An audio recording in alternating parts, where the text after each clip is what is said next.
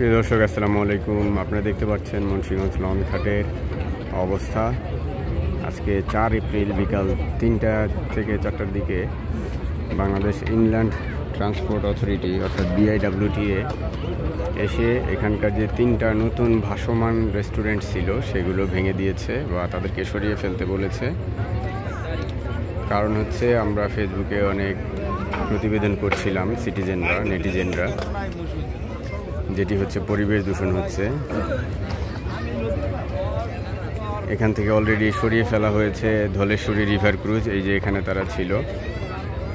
এখন পর্যন্ত কাগজপত্র ঠিকঠাক আছে, সেটা হচ্ছে নীলপদ্মকে হয়তোবা তারা কিছু একটা বলবে কিছুদিন পরে শুরু করার জন্য। আর ওয়াটার প্যালেসটাও ভেঙে দিয়েছে। এখান থেকে যে পিছনে টিনের ঘরটা ছিল সেটা আমরা দেখছি না, এটা হচ্ছে ওয়াটার প্যালেস।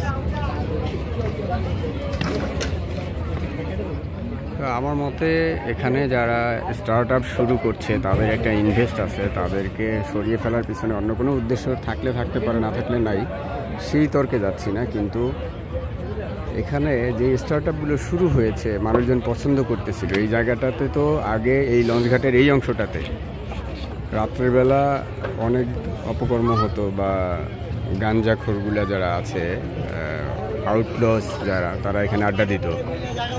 কিন্তু এই বোটগুলো থাকার কারণে তাদের সেই আড্ডাটা সরে গিয়েছিল, বা তারা এখানে নির্বিঘ্নে আর আড্ডা দিতে পারছিল না।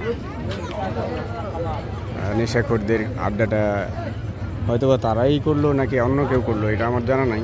কিন্তু আমার মতে এখানে এই স্টার্ট আপগুলোকে প্রয়োজনীয় কাগজপত্র বা লাইসেন্সের জন্য সময় দেওয়া দরকার ছিল। সময় দিয়ে তাদেরকে বলা উচিত ছিল এবং নোটিশ দেওয়া দরকার ছিল যে আপনারা এগুলো এতদিনের মধ্যে সংগ্রহ করেন, নতুবা আপনাদের লাইসেন্স ক্যান্সেল করা হবে বা বাতিল করা হবে বা ভেঙে দেওয়া হবে। এরকম একটা নোটিশ দিয়ে তারপর তাদেরকে ভেঙে দিলে ভালো হতো। এটা আমার ব্যক্তিগত অভিমত।